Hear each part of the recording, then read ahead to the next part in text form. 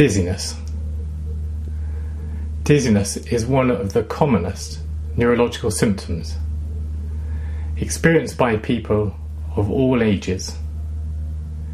Usually it is not indicative of serious illness, but even so, it can be very disabling for people suffering from it on a recurrent basis. Of course, the word dizziness is used by different people to mean different experiences. The first challenge to the doctor is to try to sort out what the patient is experiencing and in what particular circumstances. And from there, to identify the likely cause of the symptoms and how they might be treated.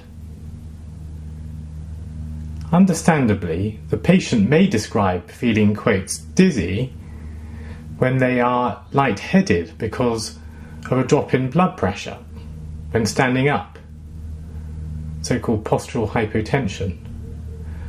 Or by dizziness, a patient may in fact be referring to feeling slightly drunk when walking but not when sitting, possibly because of disturbance of coordination of gait and limb movements, which we call ataxia.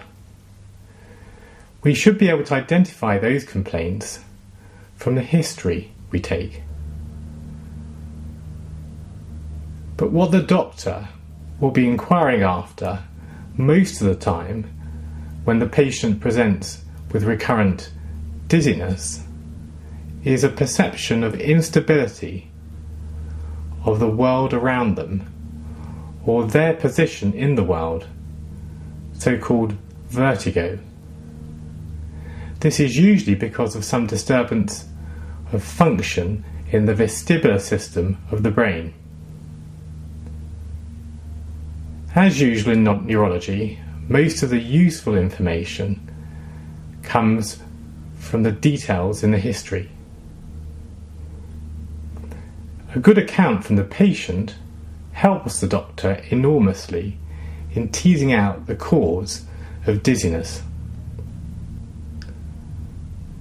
Patients may describe their vertigo as a feeling of gradual sway, for example side to side or up and down, like being on a boat.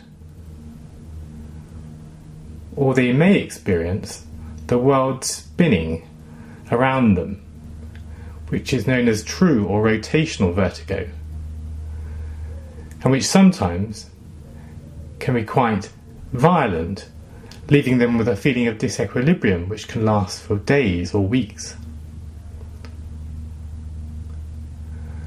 The neurologist will be particularly interested to know the circumstances under which the patient has had their attacks or bouts of dizziness or vertigo.